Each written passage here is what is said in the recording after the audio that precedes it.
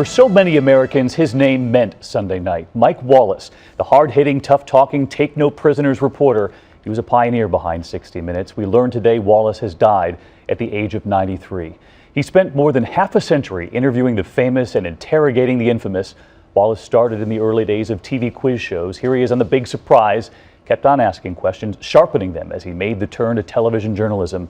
And for so many crooks and cheats, it was often said the most dreaded words were, "Mike Wallace is here to see you." Tonight here, we remember a force. I'm Mike Wallace. I'm Harry Reasoner. Mike Wallace defined Sunday nights in America for more than a generation. His interviews, his interrogations, as legendary as the answers themselves. Here with Ronald Reagan, running for president. How many blacks are there on your top campaign staff, Governor? I couldn't honestly answer you. No. That speaks for itself. Why was it so He once said, "I was asking tough questions, and I found my bliss." He was one of the pioneers behind the launch of 60 Minutes in 1968. Those are the facts. You've got And so it began 40 years of dogged debate behind the scenes with the show's creator. You're gutting the piece. Then forget 16 Minutes and you don't get on this week. But it was rare Wallace did not get on. His questions drove the news. An early moment here with Eleanor Roosevelt. Mrs. Roosevelt, I think that you will agree that a good many people hated your husband. They even hated you. Yes, a great many do still. After the JFK assassination, asking one of the president's Secret Service agents this. Was there anything that the Secret Service or that Clint Hill could have done to keep that from happening?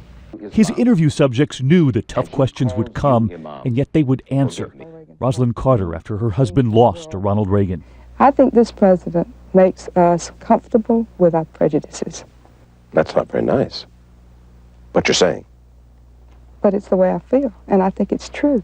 Years later, this tense back and forth with Nancy Reagan. What was your husband's role in Iran-Contra? Nothing. I mean, it was... He was president of the United States. It was what...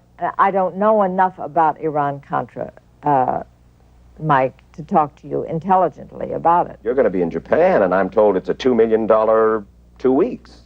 They're getting 2 of us. It's going to be a well-recompensed 2 weeks.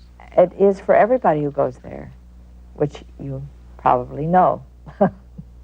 Now, you really didn't need that question. Wallace would convince the famous to join him, famously asking them what others had not. You really believe that you lived lives before and... Oh, yes, Mike. I don't. There's no doubt in my mind about it. And you really believe in extraterrestrial... Do they come visit you on the porch? Now you're being unpleasant, Wallace, is what you're saying. Yes, this is what I was a little afraid of. You don't have to be that unpleasant. It doesn't become you. And then there were the stars who famously gave it back. Do I have to put shoes on? Leave the shoes off, Paul, okay. And start the interview, please. They say I'm difficult? Myron Wallace was born in Brookline, Massachusetts, one of 4 children, his father a grocer. He worked in radio, enlisted in the Navy, and long after becoming a defining face of television, he would open up about his own fight against depression. I didn't realize myself how bad it was. I was lower than a snake's belly. Today, the president of CBS, Les Moonves, said it was with tremendous sadness we marked the passing of Mike Wallace. Our own colleague Diane Sawyer, the first woman to join Wallace on the broadcast, said Mike's energy and nerve paced everyone at 60 Minutes.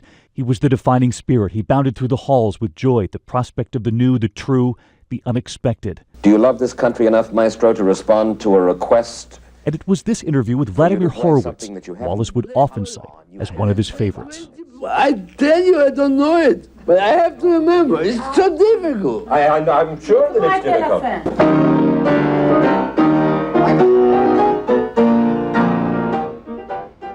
Wallace is survived by his wife and son, Chris Wallace of Fox News. And this evening, ABC News President Ben Sherwood said what we were all thinking today, that every Sunday night, America tuned in to see what questions Wallace would ask and who would be exposed to his hard-charging quest for the truth.